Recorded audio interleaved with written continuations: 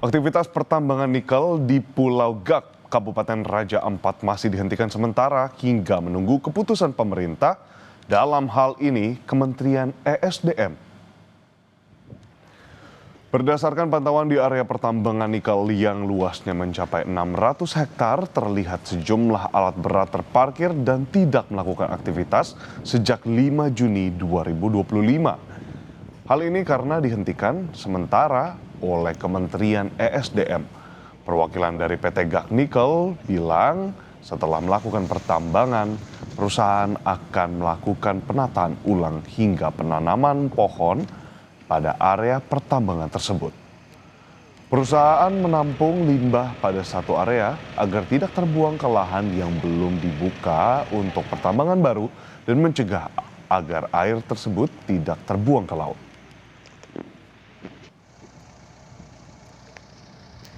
Namun pada saat ini kegiatan kita tidak lakukan, kita hentikan sementara. Bisa dilihat dari ada unit ekskavator ya yang lagi standby karena kita menghormati keputusan dari Bapak Menteri bahwa kegiatan per tanggal 5 itu kita sudah stop.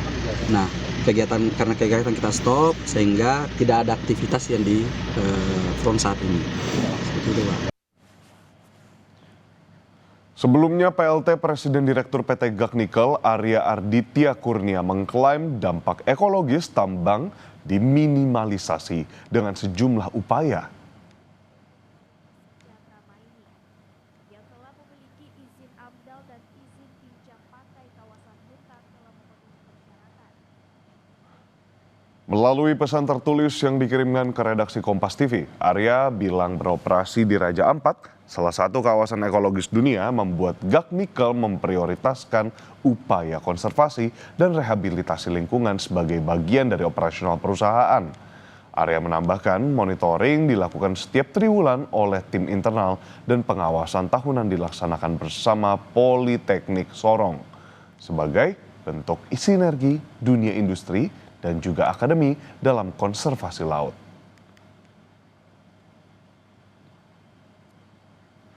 Menurut Bupati Raja Ampat, Orideko Iriano Burdam, aktivitas pertambangan di Pulau Gak sudah sejak tahun 1970 dan kini memasuki kontrak karya kedua.